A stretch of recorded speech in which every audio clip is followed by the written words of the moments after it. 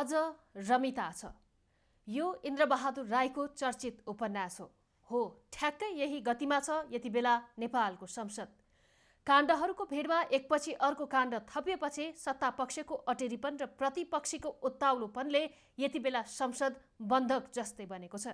जनताको सवाल उठ्नुपर्ने संसद सत्तापक्षको कामको बयान र प्रतिपक्षले आलोचना गर्ने थलो बाहेक केही बन्न सकेको छैन। देशभर बाढी पहिरोको वितण्डा छ, जनजीवन प्रभावित छ, किसान, मजदुर, विद्यार्थी, आम नागरिकका समस्या ज्यूका त्यो छन्। घटनाहरू घटेका घटै छन्। जनताहरू हर्कबहादुर कविताको जस्तो घरि आफ्नो समस्यातिर निहाल्छन् त घरि जनप्रतिनिधिको अनुहारतिर। सत्तापक्षका सांसदहरू संसद जान्छन्, प्रतिपक्षको आलोचना सुन्छन् अनि तिनै समस्याको थुप्रोमा अल्झिरहेका जनताहरूले तिरेको करबाट भत्ता पकाएर फर्किन्छन्। उता प्रतिपक्षका सांसदको सत्तापक्षको आलोचना गर्दै दिन कटिरहेको छ। केही सांसद र केही आफ्ना नेताहरूको करतुत नदेखिने मुखुन्डो लगाएको सत्तापक्ष र संसदको निरन्तरतादेखि इरिटेट मानिरहने प्रतिपक्ष समस्याहरूलाई यत्रतत्र छाडेर काम कुरो एकातिर, कुम्लो बोके ठेमेतिर भने जस्तै बनेका छन् राजनैतिक दल र उनीहरूको इसारामा चलेका सांसदहरू। सरकारले भ्रष्टाचारमा कुनै बाध नहेर्ने र सुशासनमा कुनै मुकाबिला नगर्ने भाषण रटिरहेको छ। केही भ्रष्टाचारका फाइल खोलिए पनि जनतामा सरकारबाट जति आशाको सञ्चार हुनुपर्ने हो त्यो हुन सकेको छैन। खस्किँदै गएको जनाधार जोगाउन डु एन्ड डाईको अवस्थामा काम गर्नुपर्ने बुझेका प्रधानमन्त्रीको यो कार्यकाल केही प्रगतिशील त देखिएको छ, तर केन्द्रदेखि प्रदेशसम्म आफ्ना मान्छेको सेटलमेन्ट, काण्डमा आफ्नाहरूलाई बचाउने बाटो खोज्नु, सत्तामा ठुलो स्वर गर्नेहरूलाई काण्डको बन्दुक तेर्साएर तर्साउनु प्रधानमन्त्रीको बाध्यता या नियति जस्तै बनेको छ।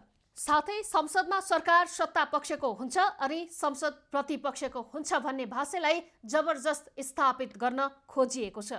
कुनै पनि संवैधानिक किताबमा नलेखिए पनि भनिँदै आएको भाष्य अनुसार संसद प्रतिपक्षको हो भन्दैमा आफ्नै फेवा जसरी अहिले एमाले रवैया देखाइरहेको छ। यो या त्यो बहानामा अहिले मात्र होइन, प्रतिपक्षीका रूपमा एमाले संसद अवरुद्ध गर्दै जनताका आवाजहरूलाई कुण्ठित पारिरहेको थुप्रै दृष्टान्त छन्। अहिले संसद अवरोधको एमालेको बखेडा सामान्य छ। सामान्य कारणमा असामान्य परिस्थिति निम्ताइरहेको एमालेको कारण संसद बन्धक मात्र बनाइरहेको छैन, जनताको आवाज समेत कुण्ठित पारिरहेको राजनीतिक विश्लेषकहरूको आरोप छ। गत साउन 2 गते विमानस्थल बाहिरबाट ठूलो परिणाममा सुन बरामद भयो। राजस्व अनुसन्धान विभागले बरामद गरेको स्कुटरको ब्रेक सुमा लुकाएर ल्याइएको सुनको अहिले केन्द्रीय अनुसन्धान ब्युरोले अनुसन्धान गरिरहेको छ।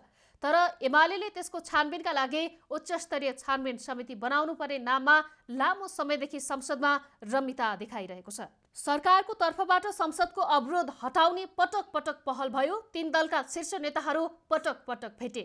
सभामुखको संयोजनमा बैठक बस्यो, तर एमालेको ब्याक हुने सङ्केत छैन। एमालेको अहिलेको मुख्य कुरा विमानस्थलको भन्सारबाट पास भएको सुन उच्च तहको संलग्नता बिना कसरी बाहिर आयो भन्ने छ। अर्थ मन्त्रालय मातहतमा रहेको त्रिभुवन अन्तर्राष्ट्रिय विमानस्थल भन्सार कार्यालयमा प्रधानमन्त्रीदेखि गृहमन्त्री र अर्थमन्त्रीको समेत हात रहेको भन्ने एमालेको तर्क र आरोप छ। प्रचण्डबाट पटक पटक धोका पाएको एमाले जसरी पनि सरकार असफल बनाउने ध्याउनमा लागेको देखिन्छ। दोस्ती यारीमा प्रचण्डबाट भएको धोकाको बदला सार्वभौम संसदलाई नै बन्धक बनाउनु दुःखद भएको जानकारहरू बताउँछन्। सरकारले विभिन्न कालखण्डमा भएका भ्रष्टाचारका फाइल खोल्ने र कारबाहीको दायरामा ल्याउने उद्घोष गर्दै केही कदम चालेको पनि छ, तर आफ्नालाई कारबाही गर्नबाट पन्छिरहेको सरकारको काम कारबाहीमा पनि शङ्का गर्ने ठाउँहरू उब्जिरहेका छन्। काङ्ग्रेस, माओवादी, एकीकृत समाजवादी, जनता समाजवादी, नागरिक उन्मुक्ति, जनमत सहितको मन्त्रीमण्डलको नेतृत्व गरिरहेका प्रधानमन्त्री प्रचण्डले रणनीतिक रूपमा सरकार चलाइरहेका छन्। तर पनि विभिन्न समयमा आउने विभिन्न घटनाक्रमले उनलाई सरकार टिकाउनै मुस्किल पर्ने देखिएको छ। एकातिर केमा आलोचना गर्न पाइएला भनेर पर्खिरहेको प्रतिपक्षी र अर्कोतिर कति बेला सत्ता पाइएला भनेर बसेका अन्य दलहरू यति बेला प्रचण्डका चुनौतीका पहाड हुन्।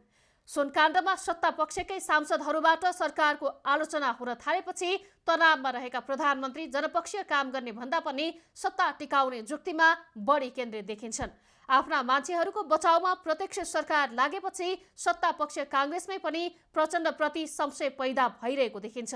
जसको कारण आगामी दिनमा प्रधानमन्त्रीमाथि थप चुनौती देखिन्छ।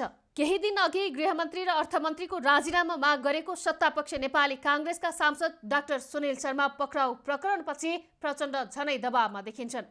सरकारको विरोध गरेपछि पुरानो कुरा कोट्याएर नक्कली शैक्षिक प्रमाणपत्र काण्डमा पक्राउ गरेपछि सत्तापक्षबाटै सरकारको आलोचना हुन थालेको छ।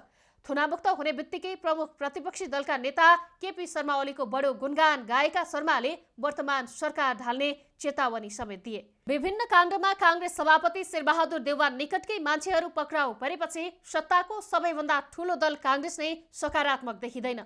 एकातिर सत्तापक्षमा भित्री खटपट, अर्कोतिर काङ्ग्रेस सभापति देउवा र एमाले अध्यक्ष केपी शर्मा ओलीबीचको भेटघाटले केही नयाँ सङ्केत गरेको छ।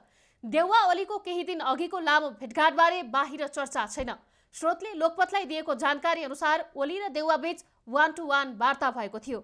निर्वाचनपछि नै संसदको ठूलो दल नेपाली काङ्ग्रेस र दोस्रो ठूलो दल नेकपा एमाले मिलेर सरकार बनाउनु पर्ने आवाज एमाले जनमा ठूलो थियो, तर काङ्ग्रेस सहित निर्वाचन अघिको गठबन्धनले सरकार बनाउन नसकेपछि अन्तिम अवस्थामा एमाले प्रचण्डलाई सरकारको नेतृत्वका लागि स्वीकार गर्दै नयाँ समीकरण बनेको थियो। एमालेको अफर स्वीकार नगरेको काङ्ग्रेस र काङ्ग्रेसले माओवादीलाई स्वीकार नगरेको तोडमा एमाले माओवादी गठबन्धन बनेको थियो।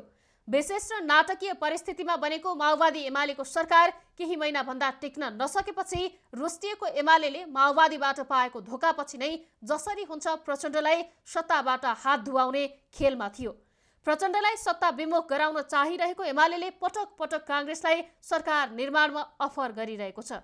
वर्तमान गठबन्धन भत्किन नदिने भनिरहे पनि सरकारले आफ्नै मान्छेहरूमा प्रहार गर्न थालेपछि देउवा केही सतर्क भएको स्रोतले जनाएको छ। त्यसो त सुनकाण्डमा माओवादीका नेताहरूलाई कुनै अनुसन्धानको दायरामा नल्याएपछि पाइरहेको अपजसको भारी आफूहरूले बोक्न नसक्ने काङ्ग्रेसका नेताहरूले सङ्केत गरिसकेका छन्।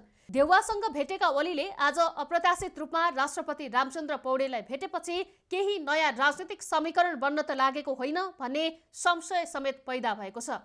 एकातिर आफैले अप्ठ्यारोमा पारिरहेका प्रचण्ड र अर्कोतिर एमालेको ग्रिन सिग्नलले छिट्टै सत्ताको साँचो आउन सक्ने देउवामा लालसा पलाएमा सत्ताको समीकरण समेत नफेरिएला भन्न सकिन्न।